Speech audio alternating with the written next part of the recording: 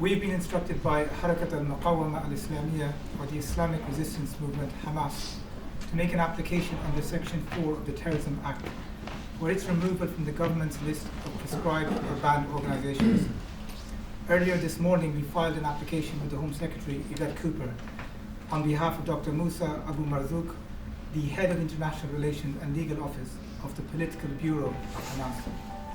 This application seeks to remedy that ongoing illegality and presents the Home Secretary with this historic opportunity to depart from the British state's morally and legally indefensible policy of siding with Zionism against the oppressed people of Palestine. The application argues that Hamas does not operate and never has operated outside of the territory of historical Palestine.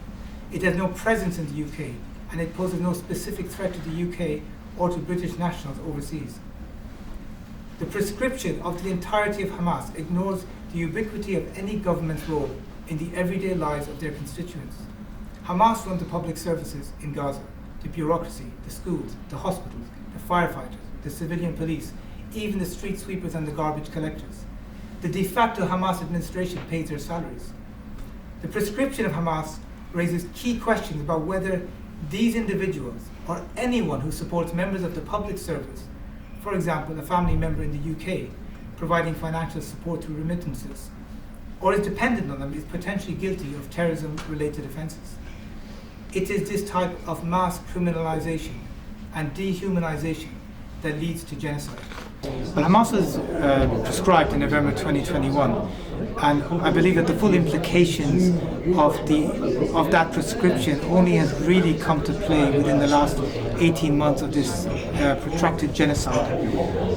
The fact that humanitarian assistance cannot enter the Gaza Strip because of counter-terrorism legislation, the fact that Israel continues to target civilian infrastructure, hospitals, schools, on the premise that they are linked to Hamas. As we are aware, Hamas was the last democratically elected government in Palestine. They are the de facto civil administration, so inevitably there will be a connection between the government of a region and the civilian infrastructure. That has given Israel the excuse to try and carry out these targets of hospitals, of schools, of refugee camps, and other civilian targets. So what we've presented today to the British Home Secretary is an application under Section 4 of the Terrorism Act 2000. What's absolutely clear is that that Act creates a number of criminal offences in respect of organisations once they find themselves added to that list. Offences like expressing support for the organisation, being a member of it, wearing its uniform, attending meetings with it, that sort of thing.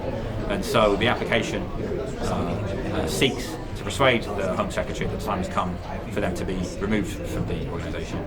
My client is the Islamic Resistance Movement, better known as Hamas in English, and for a number of reasons they say that they should be removed from that list. So we have submitted the application today. It's, as I've said, that application, the possibility of such an application is created by Section 4 of the Terrorism Act. So my client has availed itself of that process.